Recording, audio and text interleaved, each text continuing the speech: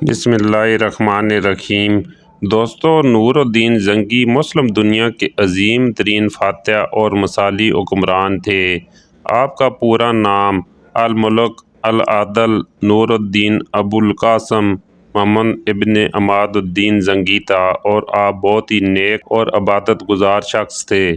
نور الدین زنگی 1118 عیسوی میں پیدا ہوئے، جبکہ آپ کا انتقال 15 مئی 1174 کو 56 برس کی عمر میں ہوا۔ آپ کے والد کا نام عماد الدین زنگی تھا، جو خود بھی ایک عظیم مسلم حکمران تھے۔ ان کی وفات کے بعد ان کے بڑے بیٹے سیف الدین غازی اور چھوٹے بیٹے نور الدین زنگی کے درمیان سلطنت کا بٹوارا ہو گیا، لہذا نور الدین زنگی کے حصے میں حلب کی سلطنت جبکہ سیف الدین غازی کو موصل کی حکمرانی دی گئی۔ ان دونوں سلطنتوں کے درمیان بحیرہ خبر نامی دریا تھا۔ نور الدین اپنی قائدانہ صلاحیتوں اور جنگی حکمت عملیوں کے ذریعے حکمران بننے کے کچھ ہی عرصے بعد آس پاس موجود عیسائی ریاستوں کو شکست دے کر ان پر قبضہ کر لیا۔ اس کے علاوہ انہوں نے ملک شام اور ایران کے پاس موجود مسلمان ریاستوں کا اتحاد بھی قائم کیا اور یوں صلیبی دشمنوں کے خلاف جنگ کا آغاز کر دیا۔ 1147 میں محی الدین، جو کہ دمشق کے گورنر تھے، ان کے ساتھ بھی اتحاد کے لیے معاہدہ کیا گیا، جس کے مطابق نور الدین زنگی نے محی الدین کی بیٹی عصمت الدین خاتون سے شادی کی۔ آپ نے اپنے دور حیات میں بے شمار جنگیں عیسائیوں سے لڑیں اور پے در پے فتوحات کے ذریعے اپنی سلطنت کو مزید وسعت دی۔ دوستو، نور الدین زنگی کی زندگی کی سب سے بڑی خواہش بیت المقدس کو فتح کرنا تھا، یہاں تک کہ آپ نے الگ سے ایک ممبر بنوا کر اپنے پاس رکھا ہوا تھا کہ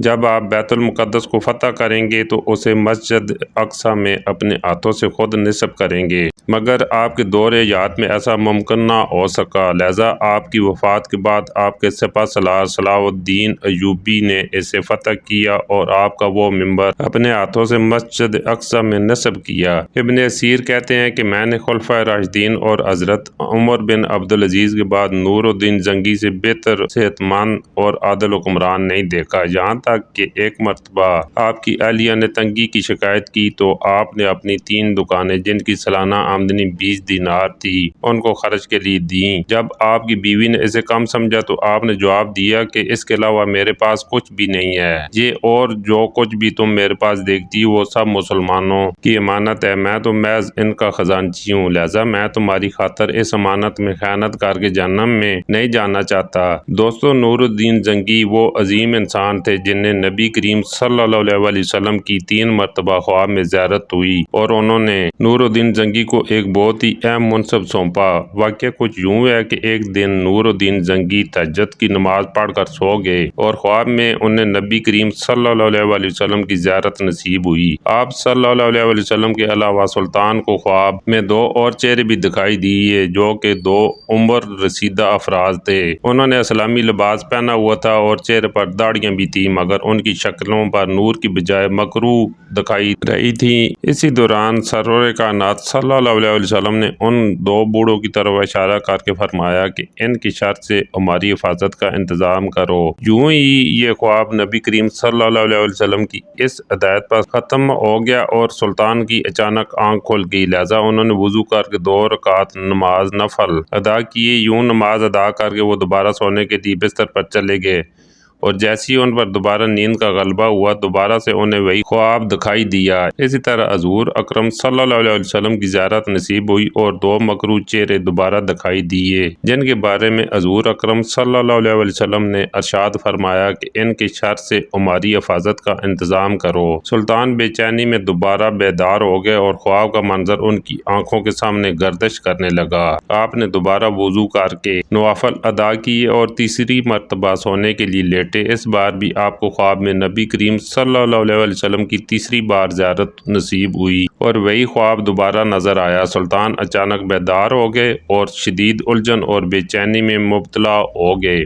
اور اپنی نم آنکھوں سے بولے کہ میرے ہوتے ہوئے میرے آقا نبی کریم صلی اللہ علیہ وسلم کو کون پریشان کر رہا ہے۔ جب سلطان کو کچھ سمجھ نہ آیا تو انہوں نے اپنے مشیر خاص جمال الدین اصفہانی کو طلب فرمایا اور ان سے اپنا تمام خواب بیان کیا۔ انہوں نے تمام خواب سننے کے بعد فرمایا کہ لگتا ہے مدینہ میں کوئی اہم واقعہ پیش آنے والا ہے، لہذا آپ کو اپنا خواب پوشیدہ رکھنا چاہیے اور فوراً مدینے کے لیے روانہ ہو جانا چاہیے۔ لہذا سلطان کو قرار کہاں تھا، انہوں نے صبح کا سورج طلوع ہونے سے قبل جمال الدین کے ساتھ فجر کی نماز ادا کی اور 20 مزید افراد کے ہمراہ مدینے کے لیے روانہ ہو گئے۔ یہ تمام افراد تیز ترین گھوڑوں پر سوار تھے۔ دوستو، دمشق اور مدینہ کا فاصلہ نہایت طویل تھا، جو کہ تقریباً 20 سے 25 دن بنتا تھا، مگر سلطان نے بنا رکے دن رات تیز رفتاری سے سفر کر کے اسے محض 16 دن میں طے کیا، اور اس دوران آپ کی نظروں سے خواب کے مناظر ایک لمحے کے لیے بھی اوجھل نہ ہوئے۔ مدینے پہنچ کر حاکم مدینہ نے سلطان کا استقبال کیا۔ سلطان نے اپنے آنے کا مقصد ان سے بیان کیا۔ جواب میں حاکم مدینہ نے یقین دلوایا کہ اگر وہ 2 بوڑھے یہاں موجود ہوئے تو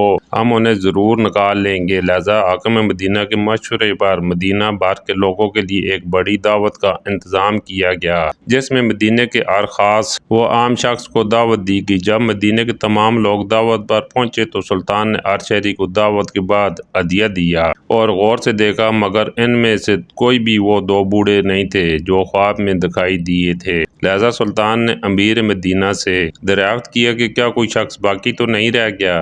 انہوں نے جواب دیا کہ اس دعوت میں صرف 2 درویش حاضر نہیں ہوئے، اور وہ بہت ہی نیک اور دولت مند بزرگ ہیں جو ہر وقت عبادت میں مشغول رہتے ہیں اور لوگوں سے زیادہ میل جول بھی پسند نہیں کرتے۔ سلطان نے شک ہونے پر ان دونوں بوڑھوں کو طلب کرنے کا حکم دیا۔ جب وہ سامنے آئے تو سلطان یہ دیکھ کر حیران ہو گئے کہ یہ دونوں وہی تھے جن کی جانب حضور پاک صلی اللہ علیہ وسلم نے خواب میں اشارہ کر کے فرمایا تھا کہ ان کی شر سے ہماری حفاظت کا انتظام کرو۔ سلطان نے ان سے دریافت کیا کہ تم کہاں سے آئے ہو؟ انہوں نے کہا کہ ہم دیار مغرب سے حج کرنے کے لیے آئے تھے اور پھر یہیں آ کر آباد ہو گئے۔ سلطان ان دونوں بوڑھوں کو ساتھ لے کر ان کی رہائش گاہ پر پہنچے اور جائزہ لیا۔ وہاں قرآن مجید کے چند نسخے، کچھ نصیحت کی کتابیں اور تھوڑا سا گھر کا سامان اور ایک چٹائی موجود تھی۔ سلطان نے جب چٹائی اٹھائی تو یہ سب دیکھ کر حیران رہ گئے کہ وہاں ایک سرنگ کھدی ہوئی ہے اور یہ روضہ رسول صلی اللہ علیہ وسلم تک جا رہی تھی۔ لہذا ان دونوں بوڑھوں کو فوراً گرفتار کر لیا گیا اور انہوں نے بتایا کہ وہ عیسائیوں کی بھیجی ہوئی جاسوس ہیں جنہیں روضہ رسول تک سرنگ کھود کر حضور اکرم صلی اللہ علیہ وسلم کے جسم مبارک کو چرانے کے لیے بھیجا گیا تھا۔ اس مقصد کے لیے وہ رات بھر سرنگ کھودتے رہے اور مٹی چمڑے کے تھیلے میں ڈال کر قبرستان پھینک آتے، اور اس لیے انہوں نے روضہ رسول کے قریب رہائش اختیار کی تھی، یہاں تک کہ وہ سرنگ کھودتے کھودتے حضرت عمر رضی اللہ تعالیٰ عنہ کی قبر مبارک تک پہنچ چکے تھے۔ سلطان نے وہی موقع پر ان دونوں ملعونوں سر قلم کروا دیا، جبکہ اس واقعے کے بعد سلطان زوار و قطار روتے رہے اور اللہ کا شکر ادا کرتے رہے کہ اللہ پاک نے پوری دنیا میں روضہ رسول صلی اللہ علیہ وسلم کی حفاظت کے لیے انہیں منتخب کیا، جبکہ وہ اس قابل نہ تھے۔ سلطان نے روضہ رسول کے گرد ایک گہری خندق کھدوائی، اس میں پگھلا ہوا سیسہ بھر دیا تاکہ دوبارہ کوئی بھی بدبخت ایسی گستاخی نہ کر سکے۔ بعد میں اس خندق پر ایک جنگلہ بھی لگا دیا گیا تاکہ زائرین اس سے آگے نہ جا سکیں۔ 816 ہجری میں مصر کے بادشاہ رکن الدین نے خندق پر 21 فٹ اونچا لوہے کا جالی دار احاطہ بھی نصب کروا دیا۔ دوستو، نور الدین زنگی ایک ایماندار اور نیک شخص تھے۔ وہ بہت زیادہ صدقہ و خیرات کیا کرتے تھے۔ آپ نے اپنے دور حکومت میں بہت سی مساجد اور مدرسے بھی تعمیر کروائے جن میں خاص طور پر قرآن اور حدیث کی تعلیم دی جاتی تھی۔ آپ خود بھی احادیث کے حافظ تھے اور انہیں بہت ہی خوبصورت انداز میں بیان کیا کرتے تھے۔ آپ نے غریبوں کے لیے مفت اسپتال بھی قائم کی، جبکہ حج پر آنے والے مسافروں اور حاجیوں کے لیے آرام گاہیں بھی تعمیر کروائیں۔ آپ ہفتے میں ایک بار عوامی عدالت بھی منعقد کرتے، جس میں آپ اپنے گورنروں، جنرلوں اور تمام دیگر ملازموں کے خلاف بھی اگر کوئی شکایت ہوتی تو ان کو سن کر ان کا سدجواب کرتے۔ سلطان نور الدین زنگی ایک نہایت ذہین اور جرأت مند شخص تھے۔ آپ میں جہاد کا جذبہ کوٹ کوٹ کر بھرا ہوا تھا اور یہی بات اہل عیسائیت کو پسند نہیں تھی، لہذا انہوں نے حسن بن صباح کے فدائیوں کو نور الدین زنگی اور سلطان صلاح الدین ایوبی کو شہید کرنے کے لیے بھیجا، مگر سلطان صلاح الدین ایوبی اس حملے میں بچ گئے، لیکن سلطان نور الدین زنگی کو حسن بن صبا کے فدائیوں نے زہر دے کر شہید کر دیا۔ یوں اسلامی تاریخ کا عظیم مرد مجاہد اپنے خالق حقیقی سے جا ملا۔